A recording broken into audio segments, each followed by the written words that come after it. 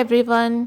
और जी, सर्दियों के मौसम में ना सुबह के टाइम तो बिल्कुल भी नहीं उठा जाता। सुबह इतनी भी नहीं, 11-12 तो बज ही जाते हैं उठते उठते, लेकिन फिर भी सर्दियों के मौसम में ना गर्म बिस्तरा छोड़कर बाहर निकलने को बिल्कुल दिल नहीं करता। सर्दियों के मौसम में बिस्तर पर कंबल ओढ़ कर लेटा तो बहुत फटाफट जाता है, लेकिन उसी कंबल से बाहर निकलना ना बहुत ज़्यादा मुश्किल हो जाता है। ऐसा लगता है कि जैसे किसी ने टास्क दे दिया है कि आपने निकलना ही निकलना है, वरना आपको बहुत बुरी सज़ा मिल जाएगी। बस ही उठते साथ ही फिर मैं फ़्रेश हुई, और फ़्रेश होने के बाद फिर मैंने नाश्ता कर लिया। और ये नाश्ता मैंने नहीं बनाया क्योंकि मैं खुद कुछ काम नहीं करती हूँ यहाँ पर कुकिंग वगैरह का, तो इस वजह से मुझे इतनी ज़्यादा एफ़र्ट नहीं करनी पड़ती है।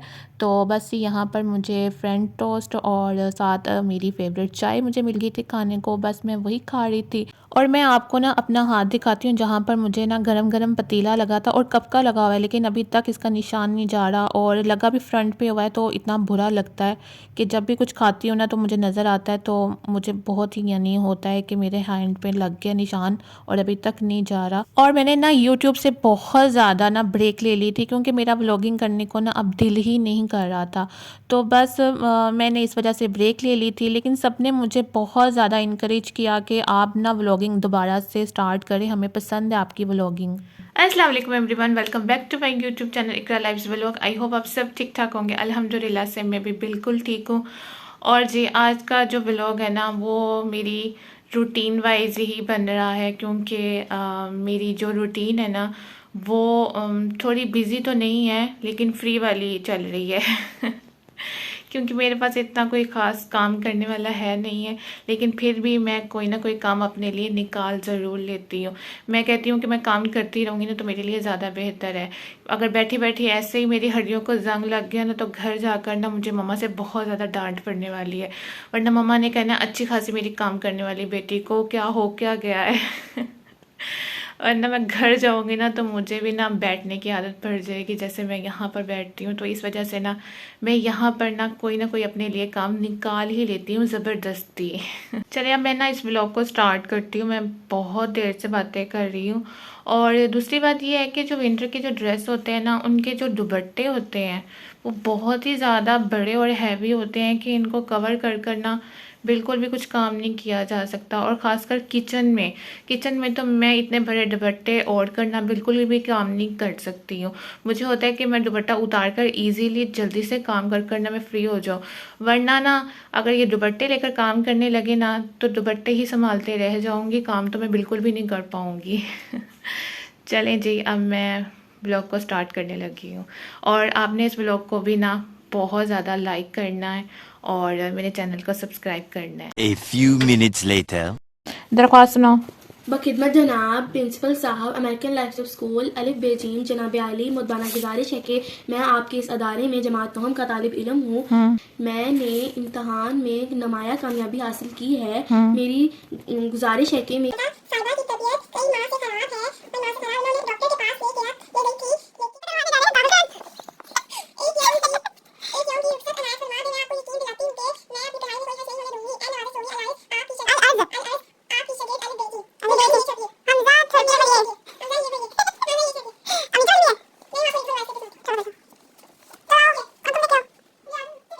बच्चों का लेसन सुनते हुए ना मुझे इतनी ज़्यादा कोई हंसी आई कि आपको मैं बता नहीं सकती। दरख्वास्त में था कि एक यौम की छुट्टी चाहिए मैं अपनी मम्मा को ना टेस्ट करवाने के लिए। तो मेरी भांजी कहती एक माह के लिए। मैंने कहा अपनी मम्मा को टेस्ट करवाना है, दाखिल नहीं करवाना।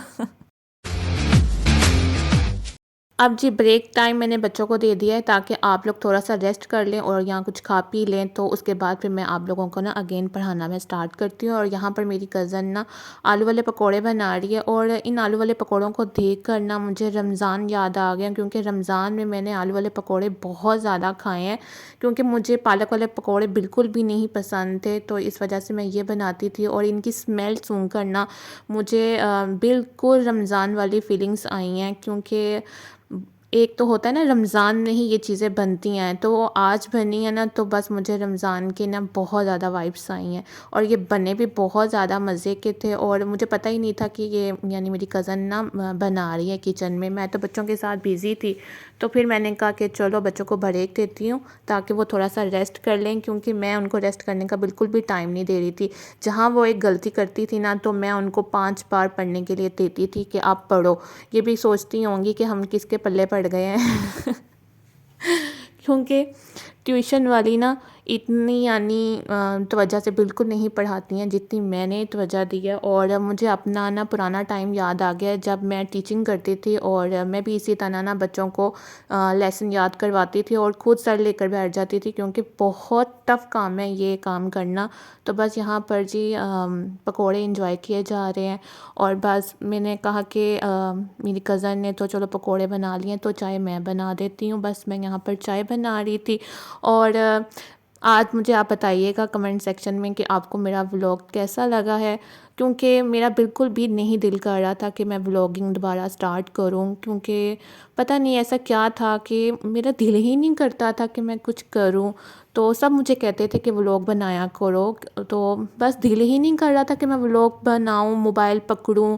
अगर बना भी लेती थी तो एडिट करना, वॉइस ओवर करने में मुझे ऐसा लगता था कि मेरा हो ही नहीं पाऊँगी। पता नहीं, सब कहते हैं कि शायद नज़र लग गई है, हो सकता है कि शायद नज़र हो A few minutes later. चाय वगैरह पीने के बाद जो बर्तनों का ढेरों ढेर इकट्ठा होता है ना, ये काम बड़ा मुश्किल होता है। सर्दियों के मौसम में ख़ासकर ये वॉश करने ना बर्तन बहुत ज़्यादा मुश्किल हो जाते हैं, क्योंकि गैस तो है नहीं और पानी गर्म आ नहीं रहा। और ठंडे पानी से ना बर्तन धो लो ना, तो हाथ ऐसे ठंडे और रेड कलर के हो जाते हैं कि बिल्कुल ऐसा लगता है जैसे इसमें जान ही ख़त्म हो गई है हाथों में, इतने सुन्न हो जाते हैं। तो बस मैंने कहा चलो मैं हाथ ही हाथ बर्तन धोती हूँ, ताकि अगर एक दफ़ा बर्तन ना धोए ना तो इकट्ठे करते रहें तो फिर बहुत ज़्यादा बर्तन इकट्ठा हो जाता है, तो बहुत मुश्किल हो जाती है।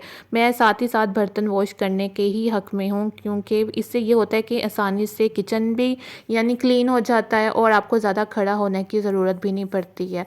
तो बस यहाँ पर मैं बस काम कर रही थी और अगेन मैं अपने बैक टू ट्रैक पे आ गई हूँ। और अब आपको मेरी व्लॉगिंग मिला करेगी और मेरे लिए आप प्लीज़ दुआ कीजिएगा कि अब मैं डाउन ना हूँ, क्योंकि मैं पहले तो व्लॉग बहुत अच्छे बना भी रही थी और डेली डाल भी रही थी, लेकिन पता नहीं ऐसा क्या हो गया है कि बिल्कुल भी अब दिल नहीं कर पा रहा मेरा। तो अब बस सब ने मुझे कहा, मुझे इंस्टाग्राम में इतने लोगों ने मैसेज किया कि आपके व्लॉग नहीं आ रहे हैं, तो आप प्लीज़ अपने व्लॉग शेयर करें हमारे साथ।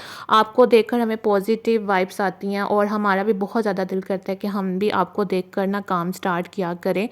तो बस यहाँ पर जी अब मैं अपने ट्रैक पे वापस आ गई हूँ थैंक यू सो मच, आप लोगों ने इतना ज़्यादा कंसर्न किया और इतनी दुआएं की हैं मेरे लिए कि मुझे वापस आना पड़ा उनके मन में ब्लू आ जाता है, शीट लगाई हुई है कोई पर। अच्छा, और पीछे ना ये यहाँ तो आप वीडियो बन रही है। यहाँ पर जी मेरी छोटी व्लॉगिंग